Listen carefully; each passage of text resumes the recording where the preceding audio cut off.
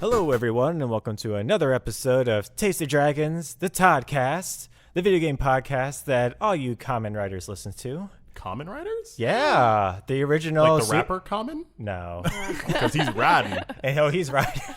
he gets with DMX, and then they both just start riding. Man, That's what it is. I'd be so happy if Kamen and DMX listened to this. Oh Is it my like god! horseback riding? Oh, I thought they did. No. Oh, they do, because everyone Yeah, does. because everybody does. Everybody. Well, listens hey, to it. DMX, Kamen, and you riders out there. Yeah.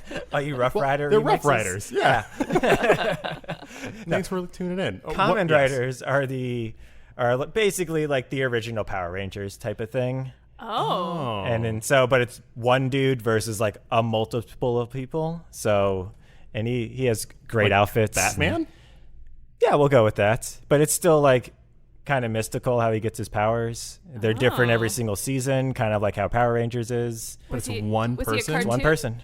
No, it's live action. Completely live action. Been around since I think the 70s. Yeah, he was one of the first Sentais. Oh, Kamen Rider. Yeah, yeah, Kamen Rider. I'm sorry, Magica I heard Showtime. Common. Oh yeah. Common. I don't Right. enunciate on this. No, it's okay. I was like, yeah, that's the original Power Ranger. Have they ever made a video game out of this? I'm sure they so have so many. many. So really? guys, Well, then we should get on that. They're just all in like that's our Japan. bad. They're difficult. One of the last trips we took though. There's a new game where you can do, you know how like a henshin is transform. So like you know how Power Rangers have like a whole like thing, the kata that they basically do before their Zords come down, and they're like, yeah, I'm the Red Ranger, and that cool, you know, that kind of stuff. They have a whole game where you stand in front of a camera and it's you doing the henshin performance, like trying to do the transformation moves, and they put your head on the screen. So it's actually you have to be like a certain size to do it. I couldn't do it. I was too tall, which is magical to say out loud, right? Oh, yeah. It's for kids. I couldn't do it. I was very sad, but I did watch some kids do it, and I was like, They're just screaming henshin? a henshin is transform. Yeah. So like they're like, you know, Kamen Rider henshin, and like they're like, whoa, it's like almost listening to Transformers. And every single season they transform differently. They have different things that they have in order to transform. It's amazing. They also have a competition where you have to do it. You have to do every single Kamen Rider's transformation in sequence, and then do all of them. And it's amazing. I think we should get on this. AJ, if you could get us that video game, we would very much Get us that video game? Yeah. AJ, our research assistant. Whole if you could go console. get that, thank you. This went from fact-checking AJ to just buy us a game. Whoa. AJ's magic. He could do it. He's I in don't doubt he's it. in Thailand right now. He can do Really? it. Yeah, he's in Bangkok. Look at that. Taste of Dragons going international. That's right. Yeah, he's doing some field research for us. He Good. is. He'll have all the answers when he gets back. Thanks, AJ. Field Yeah. assistant. You're awesome. Yeah. So now I'm Brian. I'm Troy. Amanda. I think I'm Joe. Yeah, you are. And then we also have a very special guest this week. That's right. You may have heard her from our sister podcast, the TaterTalk. And we are joined by the amazing, phenomenal Jenn with 2 N's. Hi, I'm Jen. Yay, you remembered your name. I remember my name. This is so nice. I am super jazzed that you are joining us on the Taste of Dragons podcast. As a listener of the TT, as we call it on the streets, TT, Tate's Comics podcast, you are a very welcome voice for those of us who aren't as into the comics as the other people on your show, who will remain nameless. Yeah, totally not me or Joe. But you've definitely saved me a few times. I'm like, I don't understand what's happening. Oh, you asked a question that I'm thinking in my head, and then I'm good to go. Yeah, Brought it back to speed. That's why she's there. Thank you. That's why we love you. I'm so glad I'm here on the Toddcast. You guys are awesome. Well, thank you very much. And as we mentioned, I think about 3 or 4 episodes ago, you listened to all of them in succession. Did. That's crazy. But admirable. Yeah, Yeah. very Thank admirable. you. Over the course of like 3 weeks or so, you listened to Yeah. all of 30 episodes. Those are episodes. Yeah. Nicely done. Thank you. Like, It was a that's- lot. It helped that they were very enjoyable to listen to. Well, thank you. It was like, this is chill. I can watch this in my car during my break. I was like, yeah, oh God, I'll find out what happens. I've got like 6 new video games I want to play. Nice. So many. Oh my so God. many. That's been the one byproduct of doing this podcast Moonlighters. is I've spent more money hearing other people talk about games that I now want to play. Yeah, like I want to play Control. I want to play Moonlighters. I want to play I gotta The Last of Us I gotta play now. Oh my god! You got the Werewolf Tycoon. I actually picked up Werewolf Tycoon. That game's the best time killer in the world. It's pretty so great. I'm so sad that game is free because I feel like I should be able to demand royalties. You would have so much money. Sold. Yeah. Oh my gosh. You would be the tycoon. Yeah. Real quick, I wanted to ask you a quick game question since you're here. I was just curious, what is like one of the earliest games you can remember playing, so to speak? So my first game ever, like the first game I can really remember is I got a Game Boy Pocket for my birthday. Ooh. And it came with the Hunchback of Notre Dame game. Oh. It was. Wait, what do you do in that game? It is just ring bells? Literally. No, it is 4 mini games where you play with the little gargoyle dudes. There's bowling. There's brick attack. And there were like 2 other games I don't remember. It was a long time ago, but that is my first like. I mean, aside from like playing brick attack on my mom's very first cell phone, that's like my first. But the first game Which like mini game in the Hunchback is like telling Frollo to calm down, man. She's not into you. Chill. Like which one of the 4? Probably bowling. Okay, yeah. Throwing rocks at things. Yeah. I think would be. Cool. So is that game what got you into it, or what game like actually like got you like this is what's hooking me onto game? Oh, Link's Awakening. All for right. sure. Yeah, sorry, I realized as I was talking, I was like, that's probably where we're going, because that is something that happened this week. It is. That is very true, Jen. And so let's get into our games that we've been playing this week. What are you playing? Yay! Got a quartet on that. My nice. Freaking favorite. All right, that's a lie. The other song is in my head all the time because of you jokes.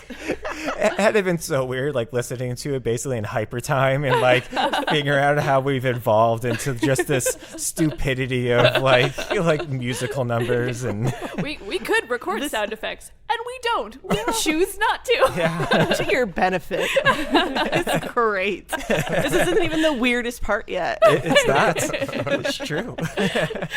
So you know what, Jen, you've been listening to us. Mm-hmm. So do you actually want to lead us off on what you've been playing this week? Sounds great. All right.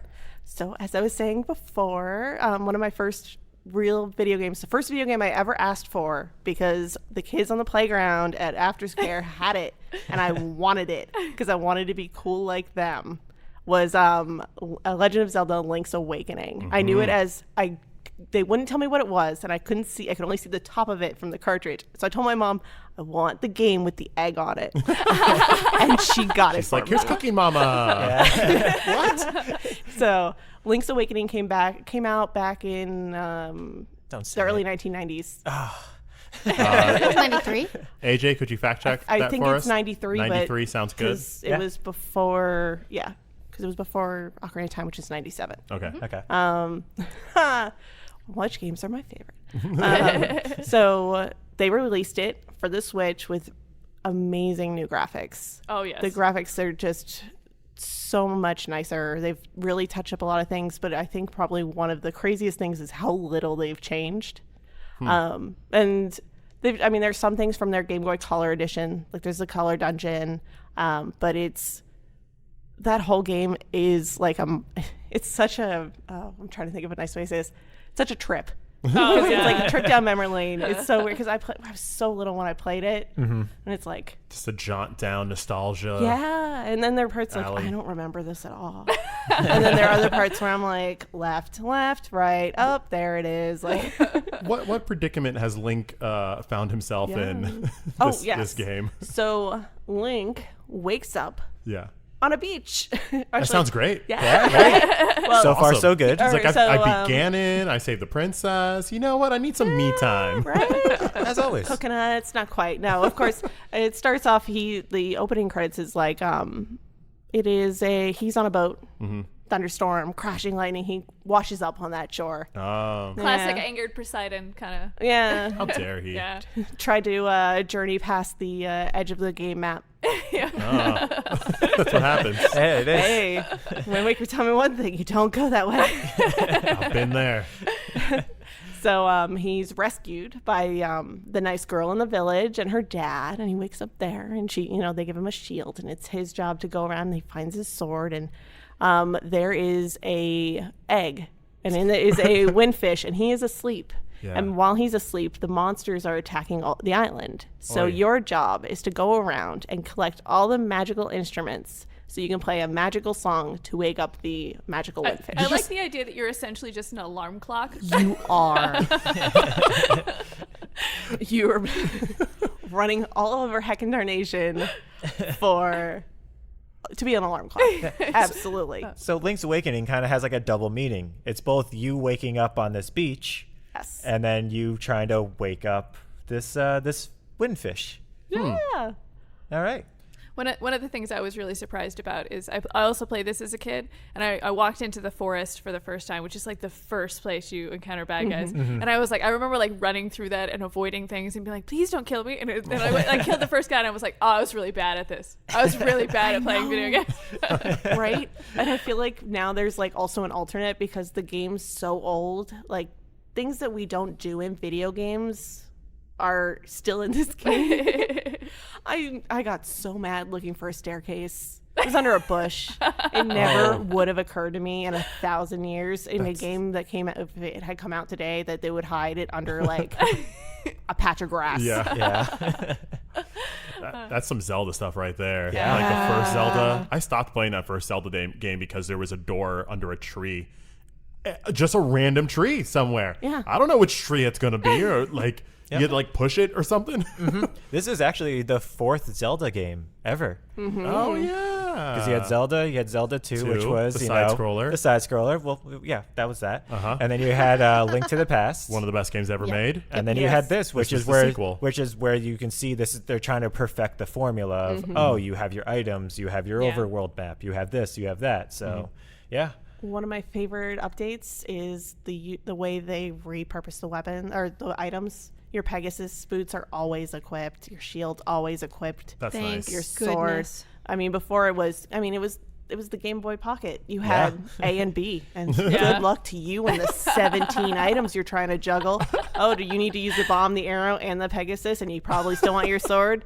You better get that pause screen like buttoned down. just nail it. Yeah, I remember. I didn't play that game when I was a kid. I ended up playing it on the DS at the eShop. It just totally missed me. But even then, after playing a bunch of Zelda games, I was freaking out because you can jump in that game. Oh yeah. It was crazy. Yeah, so I can only imagine when you all were kids and it was like, Link's jumping! And there's Goombas here! Oh yeah, and chain chomps. And chain chomps, and I loved collecting all the little things from the gotcha machine, the guy Oh, with yeah. the little claw machine game, because that game was really broken when I was a kid. It was not that easy.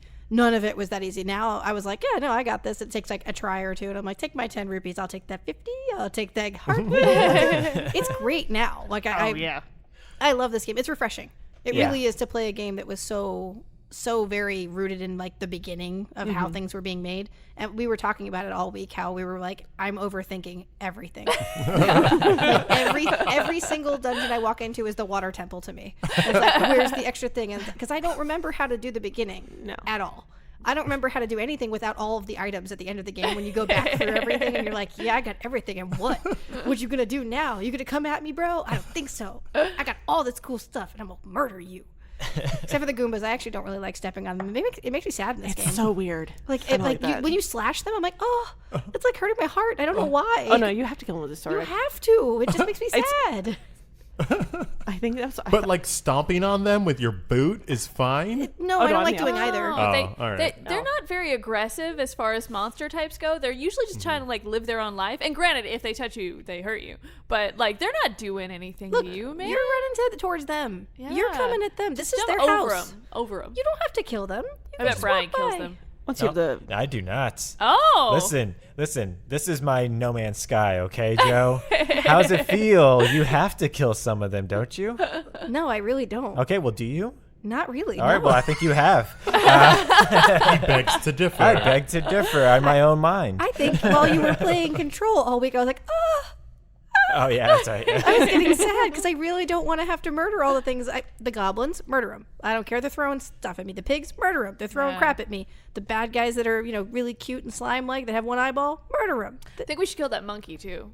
I don't like Heck with that that guy. monkey. I really don't. It's a really weird place, as per usual. But yeah, I think that is a really good change because also like the power gauntlet, like everything, you don't have to go into your menu absolutely. and then do that. it's That's awesome. a lifesaver. Well, very nice. Anything else you want to add to the Link's Awakening that surprised you maybe? I forgot that the goat sent her love interest a picture of herself as Princess Peach. Aww. That was funny. Wait, what? The trading system, Yeah. which I think I didn't realize. I expect a trading system in every Zelda because of this game. So one part you talk to the goat and you give her a hibiscus, it's like and in quests. exchange the quest. Yeah. And she gives you a letter to her one love, who is this dude whose name is literally Mr. Right, and he writes letters. Oh, that's So good. you Nice. give it to him, and he like shows you the picture that's attached. And so this is a literal goat lady. Like it's a goat. I'm not being mean. She's a goat. She's the greatest of all time. I get it. Yeah. Yes. Amazing. So he's like, oh, and she's so pretty. And it's a picture of Princess Peach with like, Aw. and you can see like the imprint of a hoof. You know what? Good on this goat lady. Hey. Do what you got to do. The original catfish. Nice. Goatfish. Yeah, goatfish, yeah. So many fish. Well, very nice. Very nice. I'm glad you get to take that trip down memory lane as well. So much fun. It's definitely worth the pick up. Even if you haven't played it before, it's a great look at, I mean, that, and especially now that Link to Past is available on the Switch too. I just hope they keep doing them. Just put them all on there. I want them all. Yeah. Port If them you all. had to equate your enjoyment of this to your enjoyment of a sandwich, so to speak, out of like 5 sandwiches, how many sandwiches would Link's Awakening be? There'd be 5 sandwiches. Be a whole 5 sandwich. Okay, Wow, well- that's like a long. Put them all together. Don't even chop them up. Oh, yeah, like a party sandwich? Party sandwich? Yeah, party sandwich. Everything I didn't like about the original game or the things that made me upset, not a problem. They like got those like pickles yeah. out, or what do you? Yeah. Oh, no more pickles. No pickles. No tomatoes. No tomatoes.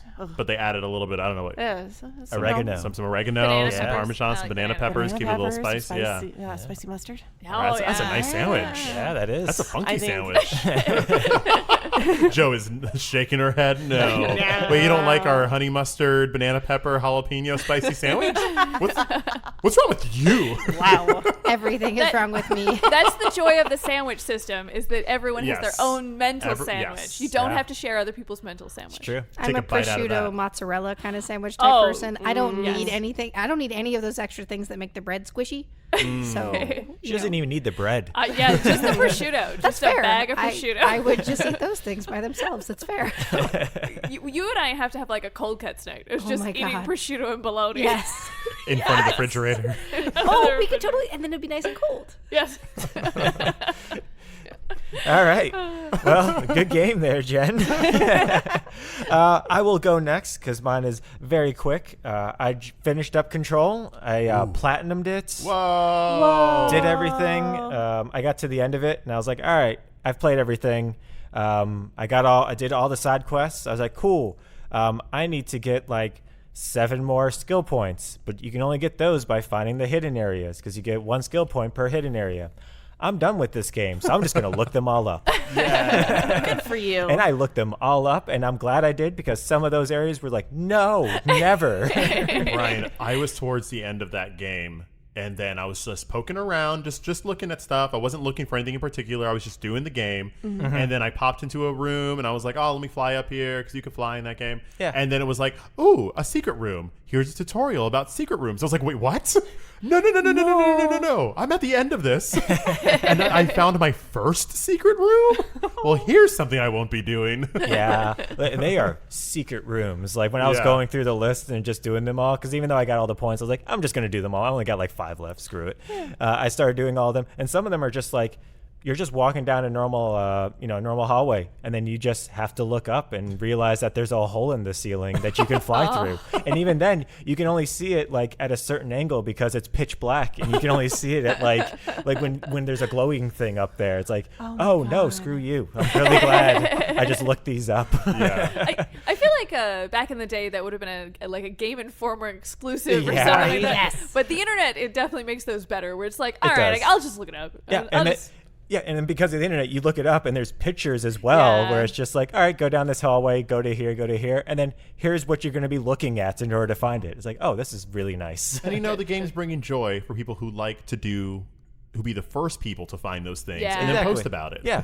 That's like their jam. Oh, So, absolutely. Awesome. Yeah, like I found I think 5 of them on my own because I just happened to be like scanning some of the rooms. I'm like, oh, that looks like a place I can fly to now. That's cool. Let me try to see if I can do it. Oh, cool, I did. Sweet. But yeah, like the other 12 of them, nah, brah. That was not happening. But the ending for me was phenomenal. I enjoyed the hell out of the game. The side quests were all different. They all had like a little something to them that the other ones didn't. I thoroughly enjoyed the game. I don't think it's my game of the year, but it's definitely a top 5 of the year for sure. Wow. And if you're not going to play the game and you want to get some pure unadulterated joy, look up Ashtray Maze and just watch it. It's at the end of it, the character herself actually says that was awesome.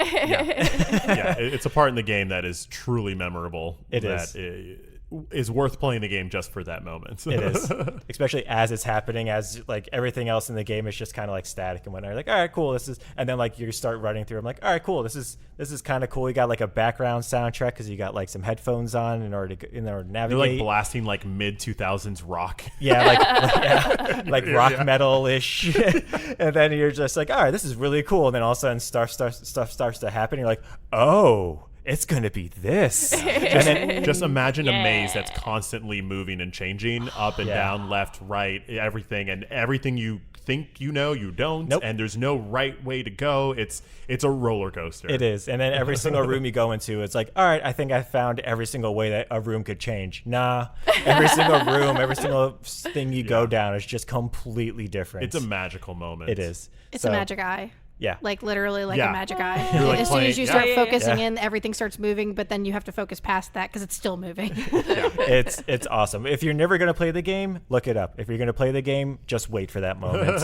It's worth actually experiencing. It's Agreed. awesome. So, but yeah, that's Control for me. Just play it if you're not, Ashtray Maze. So yeah, that was me. Joe, what did you play this week? I obviously played Link's Awakening as well. Yeah. It was so good. It's so good. I played Choo Choo Rocket for a tiny amount of time, and then I played the Untitled Goose game. Untitled Goose game. It was Yeah, what's the title? all I want to do is honk at you. So I'm just gonna honk, honk, honk. This is doing it for me. This is working for Yeah. me. I heard if you want to play that game that you should just not watch anything. You should just buy it Yes. Yes. and I don't agree. look at anything. Yes, everything about that is true. If I had known anything prior to literally just the trailer for the game, I met somebody today that beta tested that game like 4 years ago when it was first being made, and he was like, it was the most amazing game I had played. Then and he goes, and there was only 2 areas to walk and honk into, and he was like, it was the best, and it really is like. I don't even want to say what it is because once you start it's like learning morality as a goose. It's honking and people like you steal people's stuff and then you have to learn that you have to give it back. You can't take their things. What are you Like- talking about? Like you have to. I have to give it back. No. I have to give it back. right, Like well, the puzzles are apparently- great, but it's just one of those weird like. You just have to figure out how to get behind somebody to honk at them because you're this jerk-faced goose. Like it really, like it's just about being a jerk. So, like, visually speaking, like, don't look anything up before playing this game because a lot of the charm is just giving to you through its aesthetics. But the game itself is you as this goose, just kind of making your way through an area. And there may be a barrier, and you want to get through it, and you got to just figure out a way to get through there. Yeah. And in the meantime, pull some pranks. pull some hot pranks on people around. Oh yeah, I did some of the meanest things I've ever Yeah. done in a video game. I did in that I game. think it's okay if we give like one example of one of the things. It may be the same thing I'm thinking about. Does it involve the kid?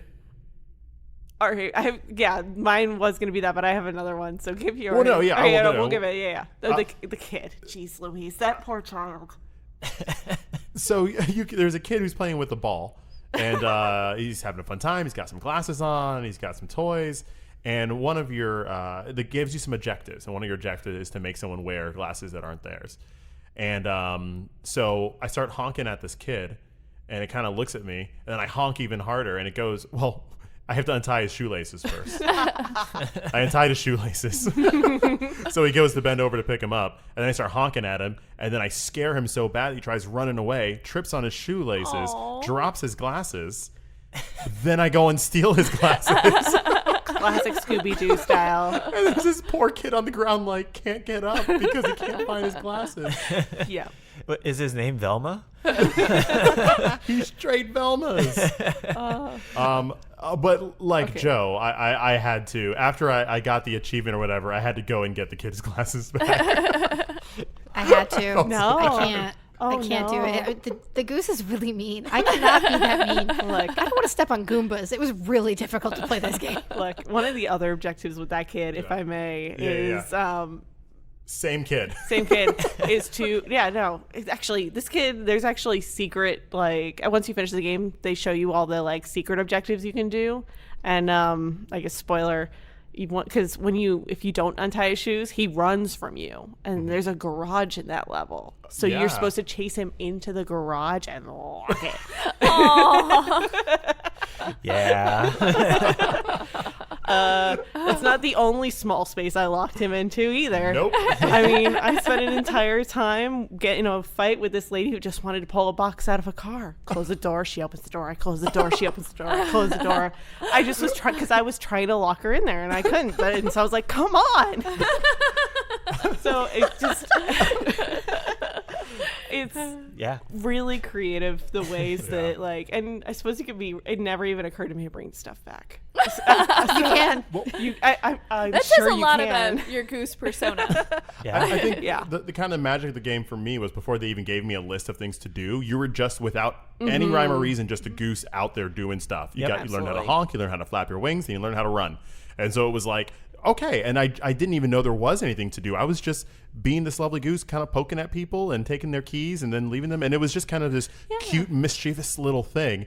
And the visual part is really the selling point for me. Like, it's straight clowning. It is just like, here is a straight person trying to get a job done, trying to garden, trying to, drink a cup of coffee, and you're just constantly trying to stop them and then running away when they notice you're there, waddling away. It's so cute. I feel like this is like Westworld the game.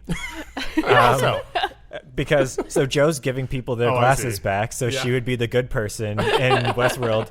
Jenn's just full evil, just leaving that kid in that garage door. Yeah, look, she's leaving the park after the first time, and then looking at people, and then talking with people as they're leaving, going, "Oh, I can do that. Oh, I can do that. Next time I'm coming, I'm going to be doing all that nasty stuff."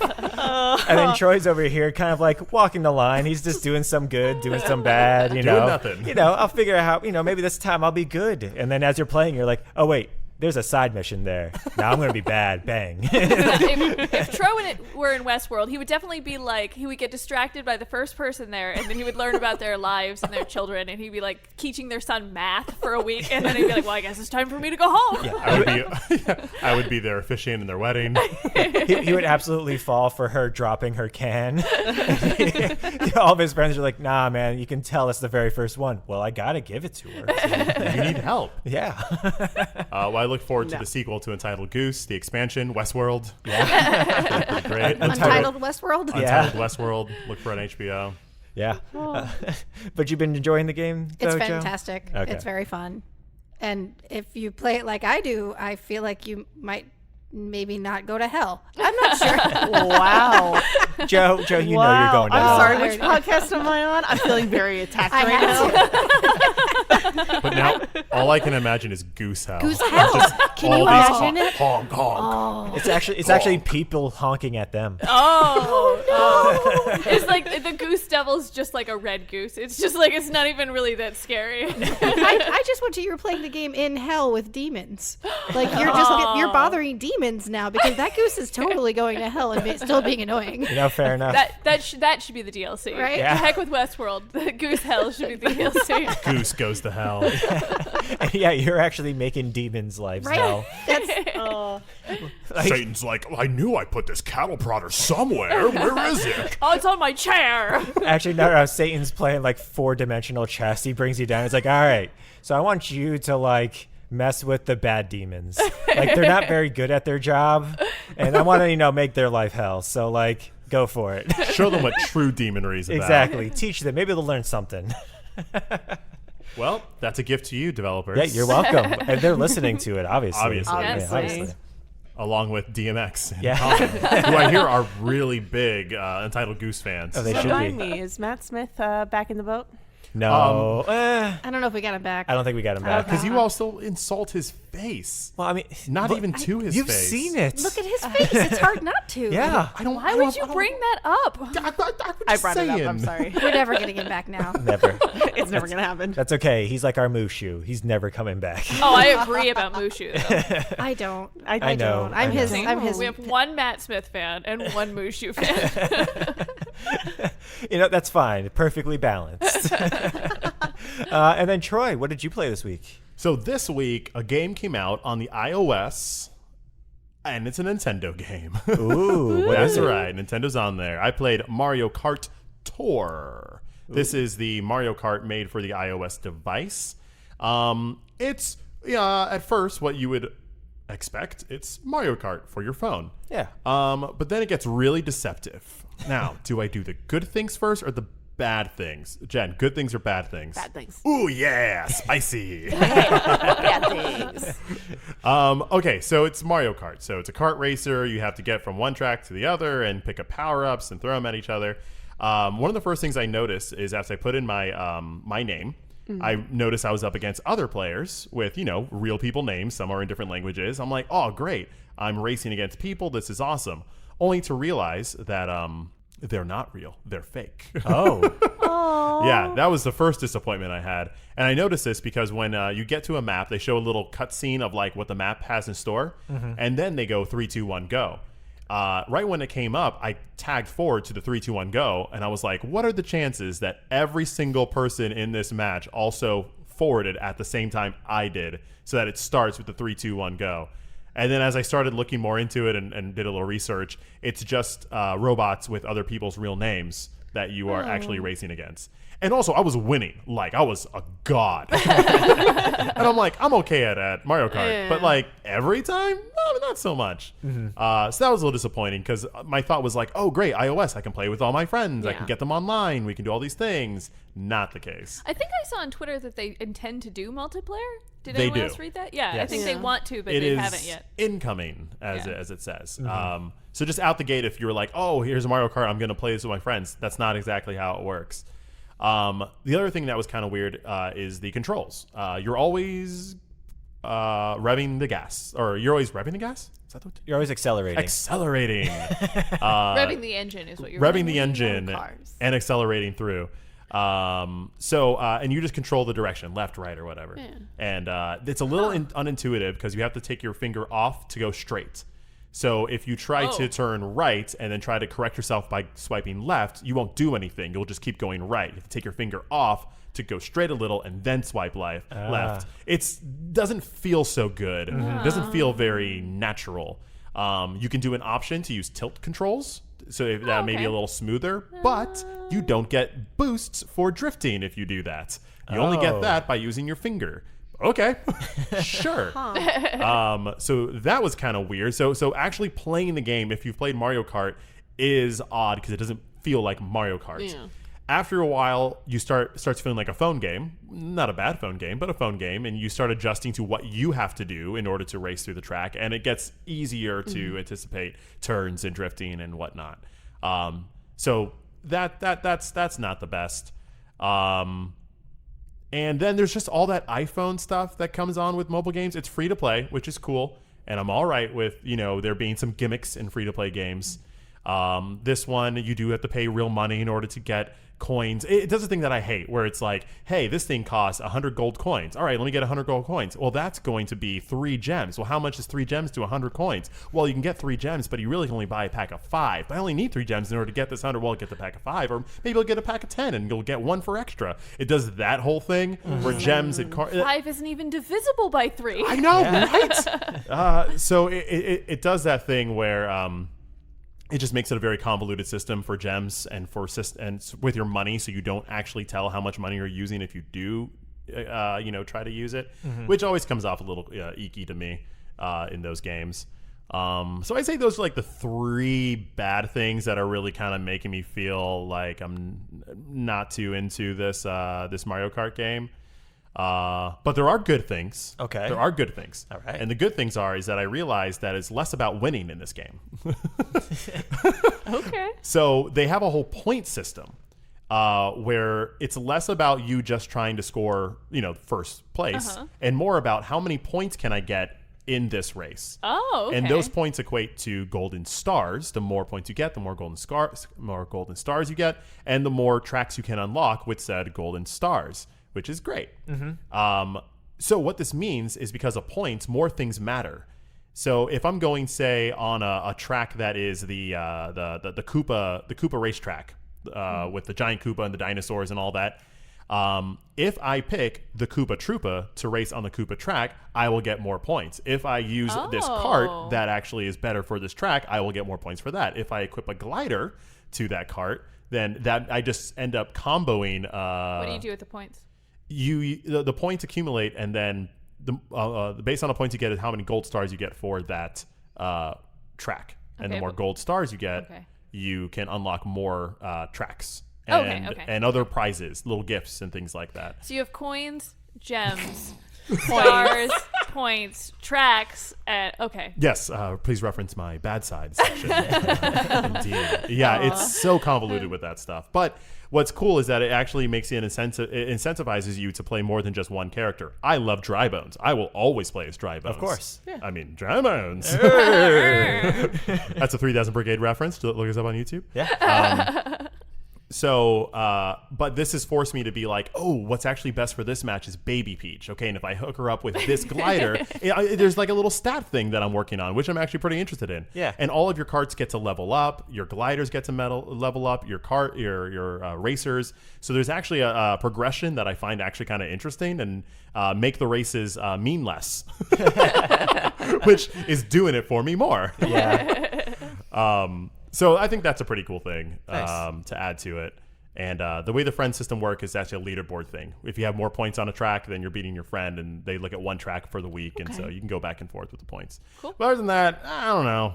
2 sandwiches. Okay. Yeah. Yeah. It's Understandable. free. If they have actual Yeah. multiplayer, will you give it more sandwiches? If it's good. Okay. Yeah, I don't trust Nintendo to do multiplayer, especially that kind of multiplayer well, because like Smash Online, oof, Not good. no. But Mario Kart Online has been fine with the game. True, but then again, you have to now rely on mobile internet connections. Yeah, that's true. So maybe it'll be fine. Yeah, You never the know. game looks phenomenal. It fits on iOS very well. It looks does. really good. It looks I agree. very pretty. The Dr. Mario online is pretty good, actually. I don't Okay. appreciate the mobile dropout that does happen, but I will say it works pretty well, actually. I will say, Dr. Mario though, it's just you versus one other person. That's true. And this, you have to Up to it's 8. 8 people. So Yeah, but it seems like they already built in a system to fake it with bots. Correct. So if you Yeah, lose yeah. someone, they may just like what they do with Rocket Oh. League, where you just get a bot. yeah, exactly. Or maybe you'll just get one other player with the same thing. Yeah. Who knows? Yeah. So all right, nice game. Yeah. Do you know if it's out for Android as well? Nope. I'm gonna go with it's out on Android as well. AJ, could you Surprise. fact check that? Yeah. Thanks, AJ. Yeah, AJ, you have an Android. Go for it. All right. Well, very nice, very nice. And then finally, Manda. What did you play? I played Later Alligator. It's a really cute game. It's like a noir mystery game, so it's like all black and white, and it's got this really cool like jazz riff when you come in, and like you're. They don't really explain who you are. At least they don't where I am in the game.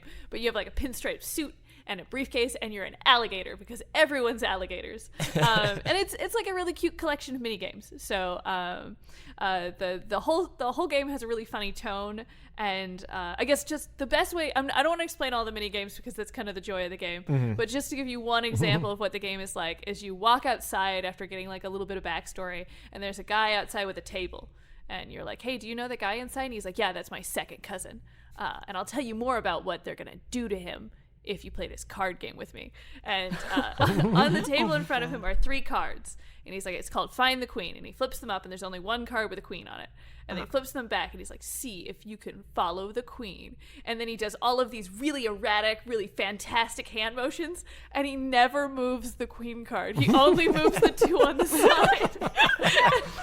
And then he's like, ha, see if you can get that. And then you go to click it, and before you can click it, it moves. And then it moves again, and then it lights on fire, and then he eats the ashes off of the table, and he's like, I guess we'll never know who won.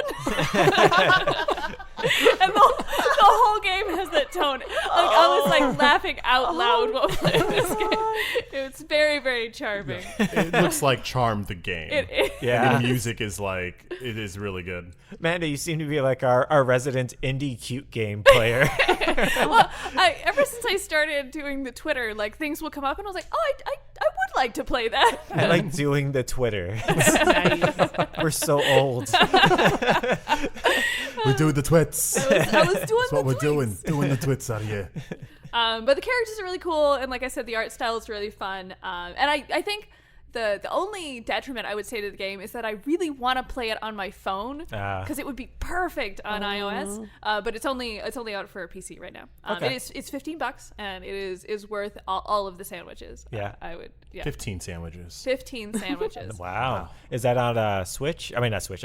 Steam, or is it? I played it on Steam. Steam. Yeah. Okay, cool. Later Gator? A Later Alligator. Later I keep calling Alligator. it Later Gator because it's so catchy. it's but catchy. it's Later Alligator. Yeah, that's how you know the difference. What they say to you. You know why I'm crocodile? That's right. See, look, and then you know which one it is. That's the sequel. That is the It is.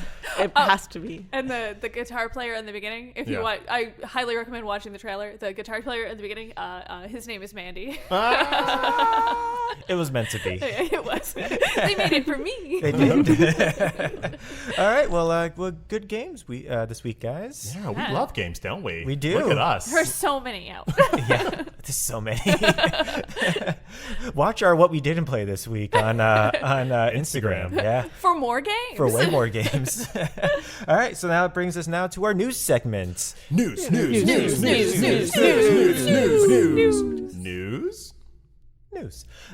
it. So, let's start out. I'm going to do something a little bit fun. Vader Immortal Episode 2, which is a VR game where you play as basically Vader's apprentice. Let's just go with that. And so it takes place. It's inside of Vader's actual castle. And so the trailer dropped for it this week, or actually the game itself as well. And in the trailer, the only reason why I'm bringing this up is because there's a 4-armed Rancor. Not a 3-armed Rancor. Not a 3-armed. Not a 2-armed. Not a 2-armed. Not an 8-armed. A 4-armed. 4-armed Rancor. Wow. And he still has his 2 feet. 4 arms, 2 feet Rancor. That's it. How many heads? 5. Whoa! That sounds amazing. Right? And it's all in VR. So to think about looking up at an actual Rancor, like to scale. Mm-hmm. Oh, Ugh. yeah. Yeah. And that was, like, to me, that was really cool. Because, like, so Vader keeps a 4-armed Rancor inside of his damn castle. I mean, sure, why not? It's Vader. Names him Obi-Wan. Yeah. I miss you, Ben. I did that because he's my enemy. He's my enemy, that's why. Yeah. I plan on killing him one of these days. But yeah, that's the only reason why I brought it up. Where can I play that? I believe it's on PlayStation VR. Oh. And it's also on the Oculus and Sold. Steam and whatnot. So yeah, episode episode. episode 1's been out, and I think I'm pretty sure episode 2 dropped this week, because I'm pretty sure it wasn't just a trailer. I think it was the actual episode. Dust off the old VR. Yeah. Plug it back in. Yeah, you get to like play catch with Vader as well. It's pretty cool. Aww. Yeah, Like, Father-son are you time. throwing lightsabers at each other? I think it's a rock. It looked like a rock. I mean, I could be wrong, but it looked like a rock in the Is it trailer. Killer Croc? Yeah. Or a Rocket Batman It once? was a big rock. And then that brings us to Apex Season 3. Is beginning episode. Oh, God, I can't believe I can't talk today. October 1st. That's what I wanted to go with, and it came out Octosode. Octotoad. Octosode. Yeah. That Ryan has his Octotoad. own calendar. I do. That toad's got more than 4 arms. It does. Oh no, you can't defeat it. That's actually going to be the Battletoads like sequel. Oh, Octotoad. Octotoads. Yeah. Has to fight the Rancor. Yeah. That would be an Octotoad. Is a mixture between like Battletoads and a Rancor. Would be an Octotoad. It would. It Yeah. absolutely would. But it starts October 1st, which is Tuesday. And Yeah, Apex Legends. We like to call that Fortnite, but for adults.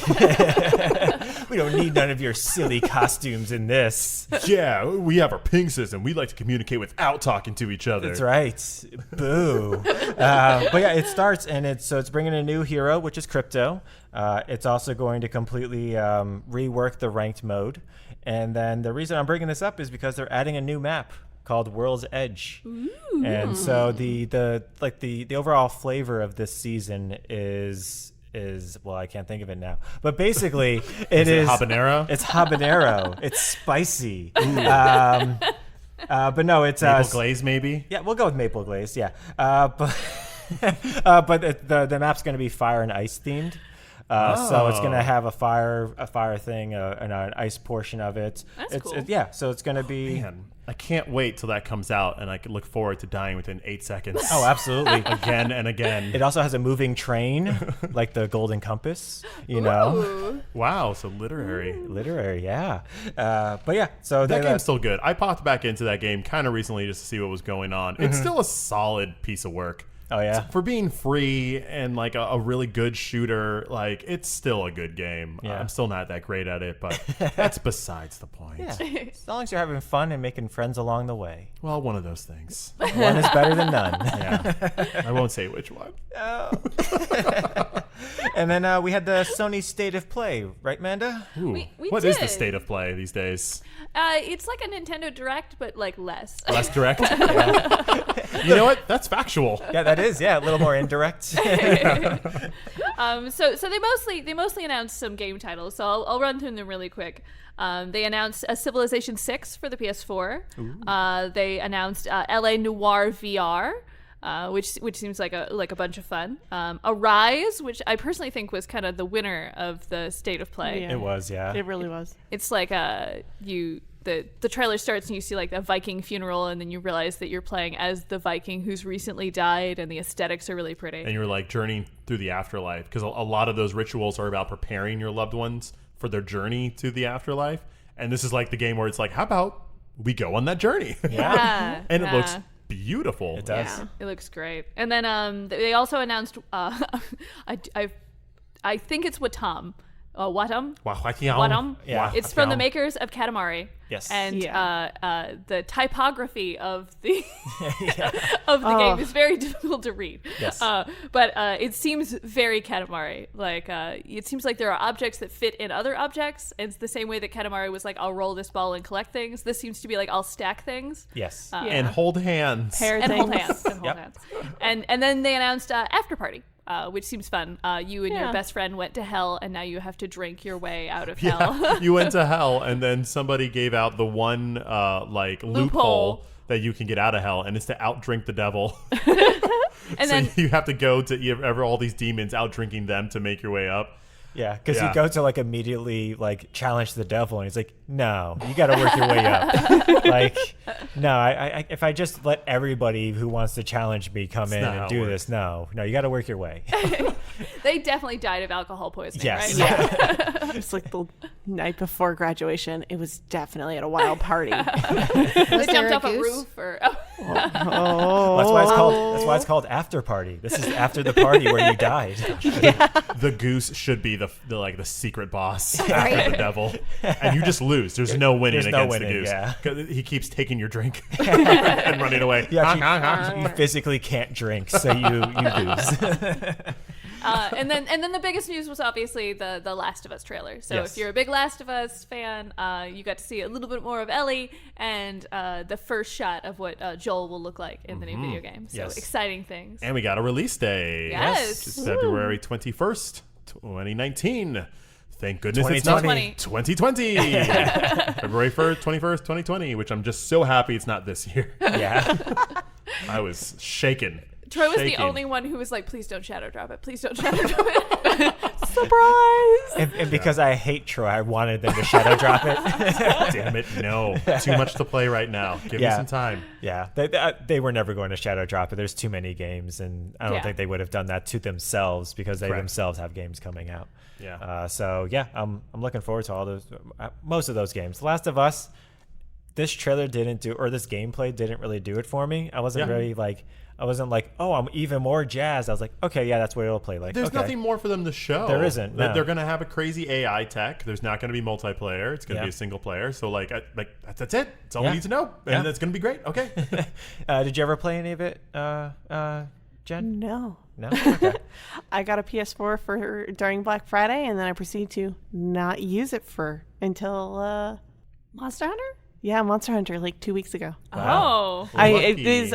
I needed a Blu-ray player too, so Good one of those. Hey. Yeah. I'm trying. I played Journey. Journey is great. Journey is Well, great. lucky State of Play, they announced that one of the free games that are going to be out in October will be The Last of Us Remastered. So So- if you did want to catch up on it, I will download it, and my goal is to give it a shot. I also want to try Detroit, which is the game for this month, oh yes, or yes, that's Becoming worth it. Detroit, or some Detroit. Detroit Become Becoming Human. Human. Oh, there it Yes. is. Thank you.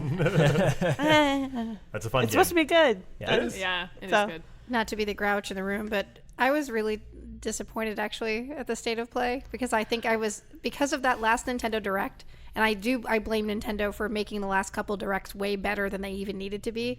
So I was like, sweet, the state of play. I'm like hyped up. I'm sitting there. I'm watching it. And then like the Last of Us trailer, I'm like, oh, this is just it. This is the end of it. This was their money shot. And I don't. Yeah. It was I'm like not 20 minutes long. Yeah. And it was only because they also hyped it up for They like did. days, Yeah. for like a week. So I was texting you all like, it's happening. I'm looking at the countdown like, oh.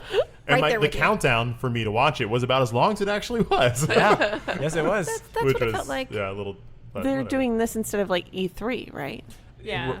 Yeah, they're Somewhat. Yeah. Kinda like Yeah, they were because we thought that they were going to be doing it kind of monthly, or at least, hey, when we have news, we're going to put some stuff out. And then they proceeded to put out like 2 of them and then stop. Yeah. But I think the PlayStation Experience, which I don't know if they've officially announced yet, but I think they're supposed to be doing one in November in New York, and I think that's what their E3 is supposed to be. I thought they were going to announce some PS5 stuff because I heard some like stuff about like power saving that they were doing, and Yeah. I was like, oh, someone mentioned the PS5, so clearly they're gonna. And then there was nothing, and it was like, meh. Yeah, like, or exactly like that, or at least announce, hey, look, PlayStation Experience, November, whatever, right, yeah. October, December, whatever, just Yeah. announce when they're going to announce something instead of starting out with a really weird Humanity trailer. I couldn't tell if that was a game or not. Yeah. I was like, is this like the opening like just visual to get us hyped? And then it was just like, this is this a game? Is this What's this game about? Yeah. San Diego Comic-Con, the game. Yeah, is this a tech demo for the PS5? What's going on here? Make a cool screensaver? Yeah. Then speaking of PS5, Amanda, there was some news, at least with that, as far as Oh yes, it was the PS5 is working with the United Nations on like some power saving technology. So the next PlayStation, when you put it into power save mode, will use significantly less power than the PS4. So when it's in standby, it'll energy emissions, good things for the environment, that kind of thing. Yeah. Yeah, they can, and I think they can do that because of the new hard drive that they're going to be using. They're going to be using an SSD M2 drive, so it'll be much quicker and it's much easier to store stuff in there. Brian, I'm so happy you know tech stuff. I do. I'm so happy. Basically, it's like, so you have a regular hard drive, right? Oh boy. So it's like, so let's just say like a hard drive's a 1, right? Uh-huh. And then you have an SSD drive, a solid state drive, a normal one. And that one's like, let's just say that one's like a 10. A 10. Okay. A 10. A 1 right? and a 10. A Gotcha. 1 and a 10. You got Okay, it? You're I'm following? with you. I'm with you. All right, cool. And then an M2 SSD drive is Okay. basically 100. Wow. Okay. Which one does the current PS4 have? The current PS4 has a 1. Whoa! Oh. Whoa. Wow, now I'm excited. That's so many sandwiches. Yes, it is. Whereas but you can hook up an SSD externally, and then you can load your games on that, which is what I do. gosh, and then I'm I lost load again. into a lot of stuff really quickly. Like remember when we were playing Destiny Yeah. for that couple of weeks? I was like in a zone like 15 seconds before Troy. Play games faster. Yeah. This is your secret. This It is was a secret. It was, and that's still a 10 versus the 100. That sounds exciting. Yeah, Cool. It's I pretty look awesome. forward to it. Yeah, it's pretty awesome. And then we'll quickly go through the Xbox inside Xbox because nobody knew what was going on. Not me. This is literally news to me. This is. I was telling Troy about it before. So he was like, "Wait, when now? When did they do this?" I was like, "The same day as Sony, just later." Oh, no. Oh. Are there And, those people who show up like in the same dress but just like a little bit later than you? Yeah, exactly. That they arrive and they're like, "Oh, there's still 2 people left in the room. All right, come on, let me show you what's going on." It was just a whole lot of trailers, from what I could tell. Whole lot of trailers. They announced a whole lot of stuff that they're adding to both the Game Pass for the PC and for the console. That was pretty much it. They announced Project xCloud is going into their beta. Ooh. So that's the service where you can stream. It's like PlayStation Now. You can stream stuff to your Xbox and play it there. So yeah, that's going to be coming up. And also, actually no, it's for your Android phone. My bad. Okay. You can actually play your Xbox games on your Android phone. So yeah, that Cool. was Inside Xbox. So that was the end of our news segment, though. Yeah. Well, Brian, I was eating some pretzels earlier. Oh, were you? And they were a little bit stale. So I was like, Oh, no. I need something to kind of zest these pretzels back up. I don't know if some mustard or maybe Ranch. maybe some Habanero. sriracha, some habanero would be nice. I was like, I don't know what's going to like just get these little, pretzels going again. Did you want like something more stale or more fresh? Something to mask the staleness. Mask the staleness. Yeah, something savory, something pops, zesty maybe. I don't know what the word is. Like a dip. Yeah. Yeah, Joe, did you have any ideas? I don't know. It sounds like you need something that might be a little more tasty. Ooh, tasty. You mean like a tasty topic?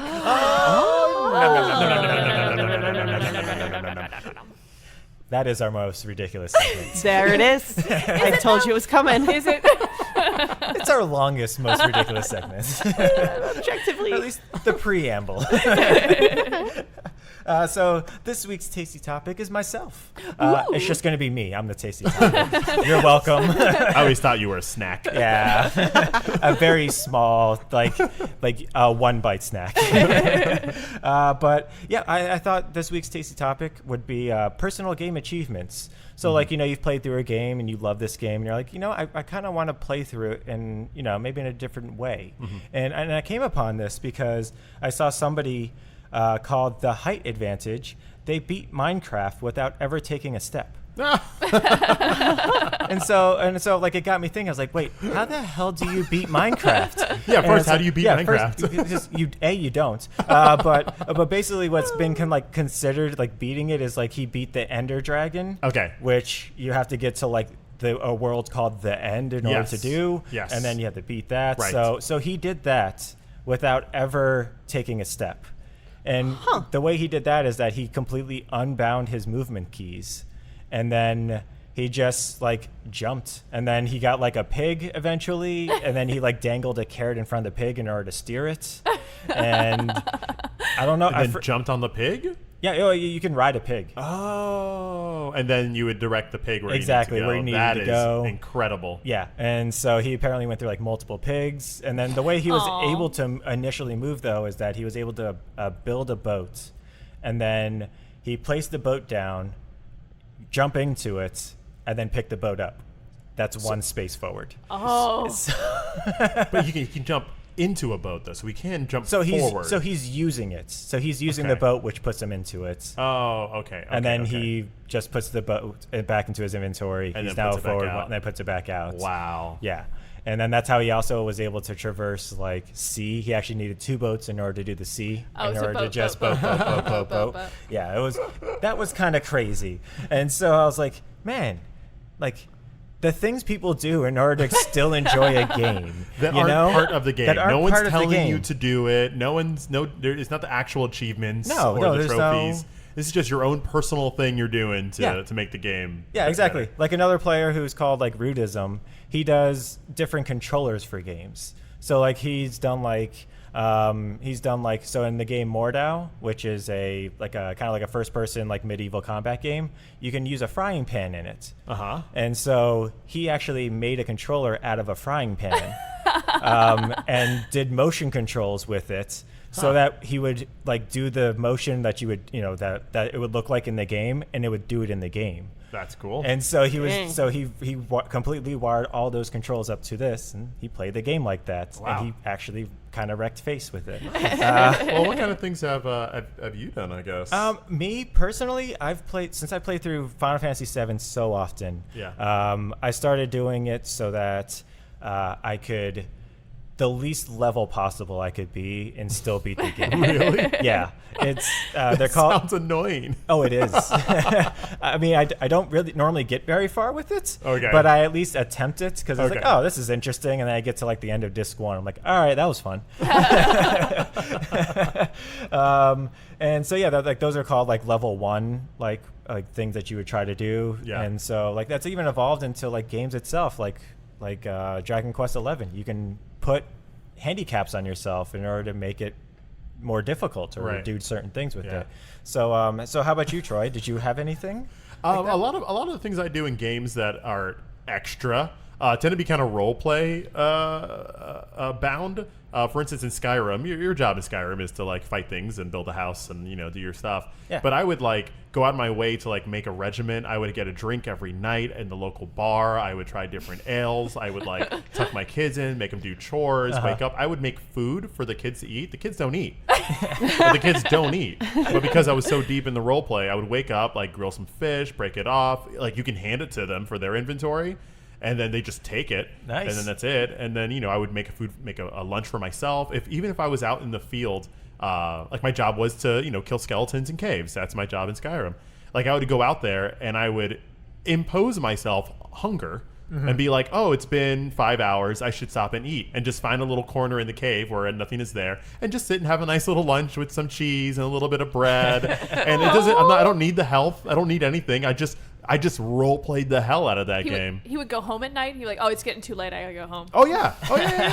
If My wife's gonna yell at me. No wife. I just had 2 kids. Sorry, 2 single kids. dad. Yeah, so my bad. I was still looking for Miss Right out there for me, but I had to get home to my kids. You're right. We can't leave them alone at night. No. Yeah. So Yeah. that's kind of where the extra stuff gets added for me.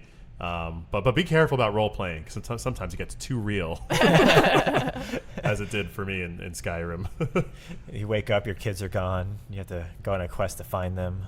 Okay, long story short, I got to the bar as I do every night. I have a drink at the local tavern, and there's a guy there that was like, "Hey, you want to do a drinking contest?" And I did. Got blackout drunk, and then woke up on the other side of the map with some lady in a temple yelling at me for fondling her statue of some priestess. And I'm like, what? And I've lost days. I lost money. And I'm like, my kids. I'm like, yeah. And all that. I'm like, I'm sorry. And with my friend and so. And this this happened to me the same week or the day after your bachelor party, Brian, where I actually did get blackout drunk and had like a life-changing night where I locked myself in a bathroom and you guys had to break down the door and I swam out of it. Like I had that moment of like true shame. You backstroked out of there. I backstroked out of that bathroom.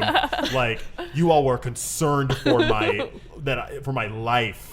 It was. I think I have video of that moment Yeah, still. I think you do. I don't mind watching that. But I played this game the next day. I was like, oh man, I feel so bad about your bachelor party. So embarrassed, not for myself and whatnot. No one's get blackout like that. And then I happened in the game. And I was like, no. Oh no, my escapism. I never picked up that game again. I never finished Skyrim. Oh no. That was the end of my Skyrim experience. It's been like 7 years, 8 years, I don't know. It's been 6.5 years. 6.5 years? Yeah, I've never touched Skyrim again. The shame was real. So be careful of your extra game stuff, y'all. How about you, Jen? So once I've played a game, that generally kind of tends to be it for me. So if I impose a restriction, it's normally on myself at the start. I think, like, I guess I know some people consider this cheating, but if I get really, really stuck, I'll just look up an answer.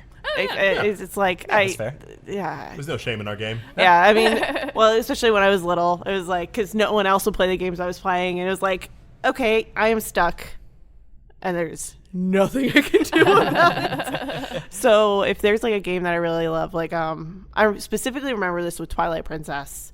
I was so psyched for that game. Like it was all I wanted to play. It was all I wanted. I wanted the new Wii. I didn't even have it yet.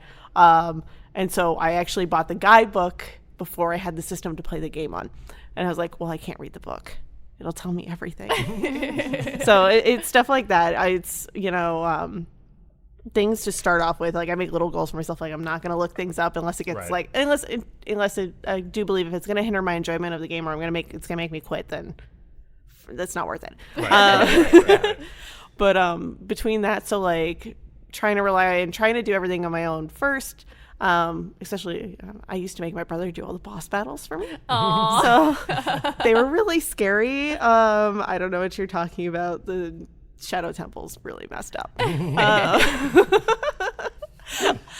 So it's that, and I think the newest, weirdest challenge is I'm doing permadeath on Fire Emblem now. Oh. Whoa, I never went there. I was too scared. Yeah. I couldn't play the old ones because it was too nerve-wracking, Yeah. but I was like, this time I'm going to do it. Ooh. This time. I've like not finished Fire Emblem games because I've become too attached to characters and I can't watch them die. But this time, and to be fair, there's like multiple save files.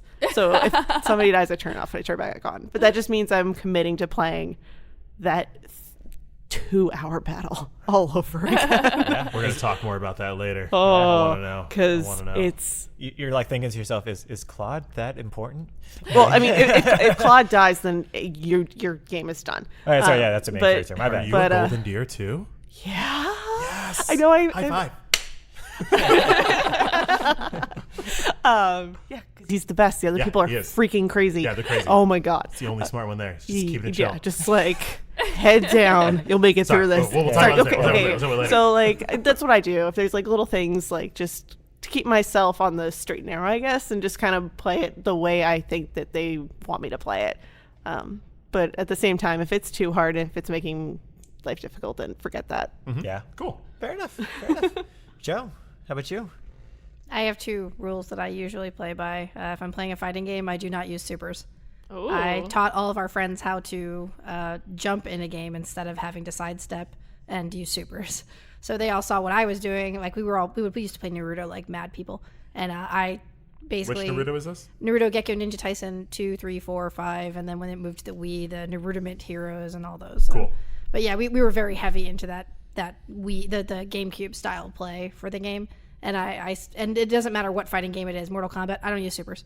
I don't use any supers in any fighting games at all. I wish it was because of some sort of cool moral, like no, I'm just really terrible at pulling them off. Like, why waste all that energy? I'll just save the chakra and just blip out of something because I'm terrible at that. So, I have 2 rules. That's the one. And then the second one is I will not look anything up. I will not use the internet. I will not. The only way I want to find something out if I'm playing a game from like A to Z is because when I was a kid, you'd go to each other's house. You would all play Donkey Kong Country 2 together. And if one of you couldn't beat it, you passed the controller. Yeah. And if one of you figured out where a secret area was, you were all there to experience it. And if the one kid that wasn't there that week, then you would tell that kid, oh my God, there was like this special of bananas on this other thing. And like every game I played, we all played together kind of. So Yeah. it was like a community-based thing, kind of like just more social. I have no problem hearing what happens in a game or how to beat something socially from other people, but I will not look it up on the internet. Okay. If I'm playing a game, it will be, because I don't feel like I beat it then, especially because how Brian said earlier, there's a picture. There's a walkthrough. There's no, oh, this is kind of how it works. No, like they're literally showing you exactly how it works. Yeah. And I love game guides. I buy every one of them for games that I love. I cannot open them until I'm done playing the game because I feel like I want to experience the game. Like I want my brain to be the thing that beats the puzzle. I don't want to know something beforehand. And so, however, there was that I think Brian had brought it up many moons ago. Ni no Kuni 2. I would never have finished playing that game if he hadn't looked up how to find the last higgledy I needed. Oh, I would have right. literally Yeah. never ever finished the game. Say it again. Higgledy. Higgledy. They're so cute.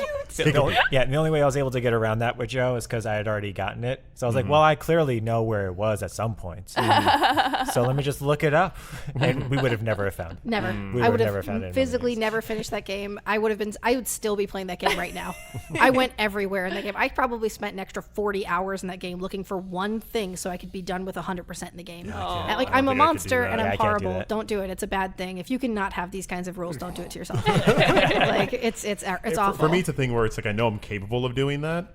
I just don't want to, I guess, my time, to go to that. It's That's wasted. what it is with me, Yeah. too. It's Yeah. wasted. You're completely correct. But it's like a thing. And Okay. thank goodness Brian looked it up, or I would still be playing that game.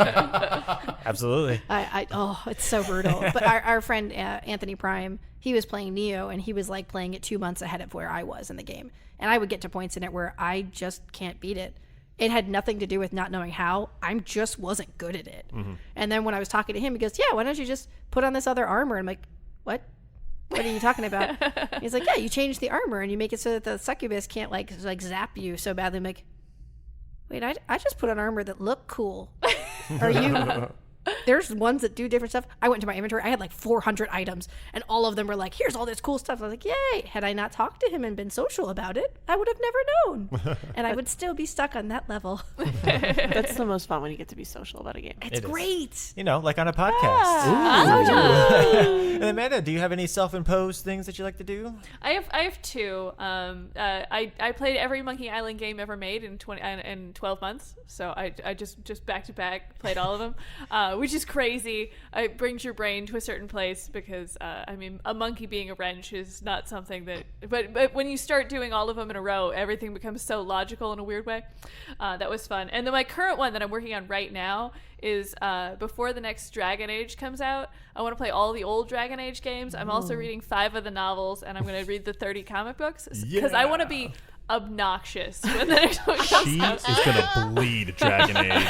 So what you're saying is like your self-imposed whatever is knowledge. Oh yes, 100. I'm the worst person. It's just like I'm gonna read all of the books or the codexes or I like the lore. Yeah, Control is made for you, by the way. There is nothing but stuff you find. If you didn't read anything that you find, you would have no idea what's going on in the game. But if you read that factual. stuff, it is amazing. So, all right. Well, that was a good, tasty topic. Thank you, myself. You're welcome. So now that brings us to our Dragon of the Week. It's the Dragon of the Week. Let me check my sheet. Oh. It's the Dragon of the Week. Yeah, it's so neat. Dragon of the Week. I'm pretty sure I said nyek and not check. That's fine. So just switch that around. Edit that in your brain when you listen to it. Yeah, they had to do that multiple times for myself, so it's fine.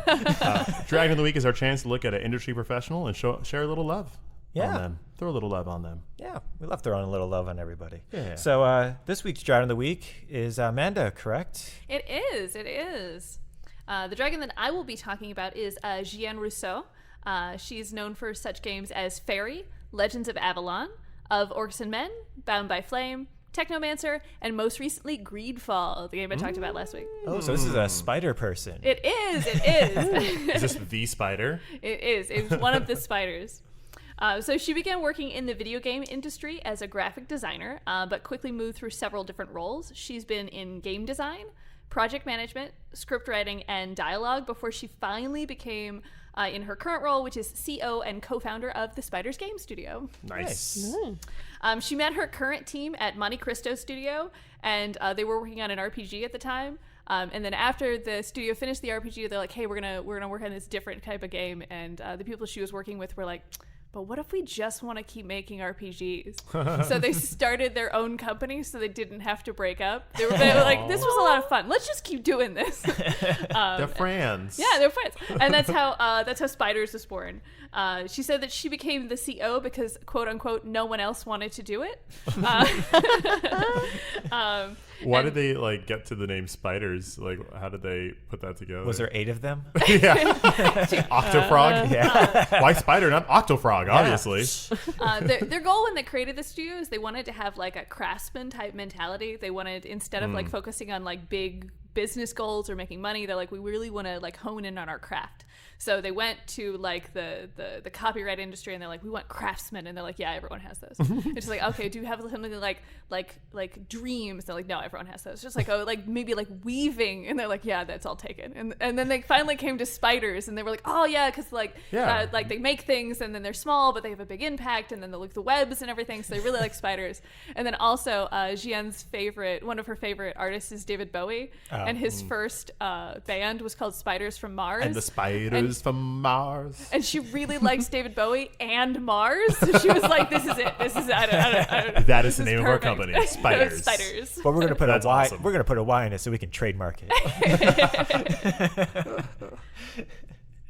But like I said, their goal when they made the company was kind of to make like this craftsman style focus. They focus on details and story building and fan reactions, and ultimately kind of share their love of video games with the world. Jenn is my particular favorite because she focuses on details. She employs diplomacy and communication as a means to drive story. Like I just said, I really love lore. And she writes characters that feel like real people and make logical choices, which for video games is just like, it's so uncommon. Yeah, a lot of times characters in movies as well just fall straight into cliche where you're like, why are you opening the door? Don't open the door. Why are we going down the dark alley? Yeah, especially in your games like Technomancer. Like, none of that's real. Like, but you still have to make them human, you know? Yeah. And they feel real. Yeah, that's cool. And that's one of the reasons I really enjoy it. She has a way to make your minor player choices feel really important. So sometimes conversations that you have, or like we were talking about books that you read, or actions that you took, even if they seemed unimportant at the time, they'll recall them in a way that makes you feel like you're in control of the story. Nice. which is really great. So in a world where other companies are focusing on microtransactions and multiplayer components and paid cosmetic items and endless DLC expansions, Rousseau creates a unique and interesting worlds that harken back to the nostalgic days of like single player RPGs, games where one person plays one story and those stories are amazing. Nice. That I like sounds it. really cool. I like it. Like, in a world. In a world. You just want a good RPG. Spider. I was thinking about like what they're doing, and then I was thinking about how disappointed I was this year with Anthem, Oh, yeah. and I was really looking forward Yeah. to it, and like all the stuff that's coming out with BioWare, and then like Telltale the last few things. getting Telltale no longer existing. Right, and everything's like, oh, and then we tried this new like online system where you're gonna play with a bunch of different people, and then they can slip in and out of your game, and I was like, I don't want any of this. I just want like a good single player RPG, and that's what they still do. So Oh, nice. Nice. Very cool. Right Very cool. on. So I what look was forward to playing that game in 3 years when I have time. Yeah, absolutely. What was that? What was their name again? that was Jehanne Rousseau. I'm never gonna pronounce that. But good job. I always wanted to try it with Orcs of Men. I love the title of that. Oh, yeah. And the trailer I saw of just like, usually orcs are the bad like villains, and it was just a story about like you personalizing an orc and getting to know them, and then like your story of you and this orc trying to like change the world or change everyone's views on what orcs are and how the relations and all that. I was like, this seems amazing. Joe, this is for you specifically. They're a French company, and they got together while working at a company called Monte Cristo. So I think we should subtly convince them to make a Count of Monte Cristo video game. Can we please? Right? They do dialogue and they do like Jehanne, please. Yes, Jehanne, please. Well, she's listening, right? We She's know sitting you're right listening. next to Common and DMX in the same car, Yeah. listening to us. So, Jehanne, please. Please make a Count of Monte Cristo video game. Oh my goodness. DMX, turn over, look at Jehanne, and tell her to make this Monte Cristo game for us. All right, go with me to a very crazy place. Do a Count of Monte Cristo game, but do it like the Fire Emblem, so that you have to choose which person you're going to play as. Yes. So you could play as Villefort, you could play as Cataros, you could play as you don't necessarily have to be Edmund. You could play as the other characters, and they're not doing good things. Oh yeah, they're all scheming. They're all bad. Yeah. Right? Schemes. Like, can you imagine playing Valentine? Like, I would. That'd be so sad. I know these things. Yeah. I totally read that book. I get you. I would love that so much. That would be pretty good. Or they just make like an educational game where they're just counting. So They count Monte Cristo count up sandwiches. just One murder. Two murders. it's actually just the wall in his prison. It's just marking off the years. 1 year. Oh, 3 lashes. Well, there's your game. Yeah. Another freebie from us. Hey. Take it away, developers. Wow. Yeah. We're doing all the work here, guys. Everybody who's listening, we're doing all the work. But yeah, that brings us to the end of our episode. Boom, boom, boom, boom. It's a good thing that never red lines, Joe. I'm really happy about that. Yeah. I am. Thank you, Brian. But yeah, as always, we record live upstairs inside of Tate's Comics. Woo! That's us. Yeah. Powered by our friends with 2000 Brigade. Bye-bye. Wow. That's right. And we have our sister podcast that Jenn is on, which is So is Brian. I am. And so is Joe. But what is that? What is that called, Jenn? It is.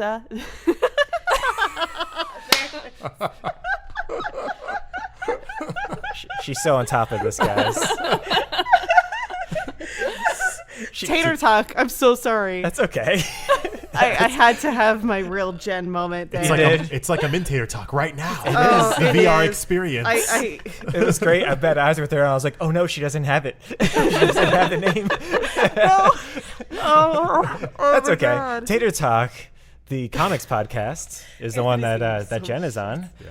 That's and it's okay. a really great podcast. Every week we've got like a whole 30 It's episodes now. not just comics, current movies, pop culture, TV shows. It gets you Yeah. up to speed on everything but video games. That's right. Yeah, actually, I think that's probably the only thing we will not talk about. You stay away from the video games. we have a dragon and we're not afraid to use it. Oh, I make sure that we do. There's many times I'm like, "Oh, we could." Nope, we're not talking about this. Yeah. I think I remember distinctly when Spider-Man came out back, was it December or whatever it was, like it was last year. Yeah. When Spider-Man came out, we were like, oh man, we really want to talk about this, but we're going to talk about it on Taste of Dragons, though. And we just have two of the same conversation on both podcasts. We can't do that. That's just ridiculous. Maybe Anthony if was we so have mad. more crossover, this could happen. events. Yeah, we could. We'll see how this goes. See how this format works out for us.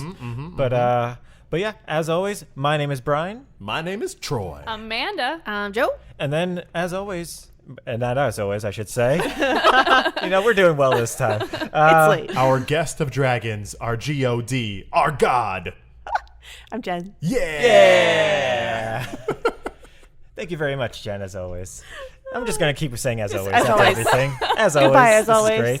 This is great. Make sure to check us out on Instagram and Twitter at tasteofdragons.com. We have a lot of supplemental things throughout the week. You can continue the conversation happening even when you're not listening to us here or after you listen to us here. And make sure to check us out there. We also have new stickers and promotional material. Let us know at tasteofdragons.com or tasteofdragongmail.com. That's right. If you want to get a hold of some of that. That's right. And then what was our ranking of Dragon this week? This week we were looking at Seiryu from a game called Animal Boxing, the DS game from the mid-2000s. Game you never heard of? This weird game where you beat up animals that are anthropomorphic. He was almost worse than Mushu. It was a heated discussion. Look, Yeah. It was. He He's mostly- not even the king. He's not even the final boss. He mostly sucks because his game sucks. It's fair. He looks pretty cool though. Yeah, I think he does his best with what he has, Which whereas is Mushu does no not. fire powers. Fire. You know, in He his chili universe, peppers. Yeah. he can get fire. It's just that everybody else can as well. Out of his eyes. So- Well, he hits you with his fists. Check out Ranking the Dragons, our quest to rank every video game dragon in video game history. And this week on Gaming History of Katamari Damacy, which is one of your favorite games, Yes. Jen Oh my and God. Joe. I loved hearing you all talk about it. To hear more about that, read our Instagram posts. And we'll see you there. Yeah, absolutely. And then, have a great week, everyone.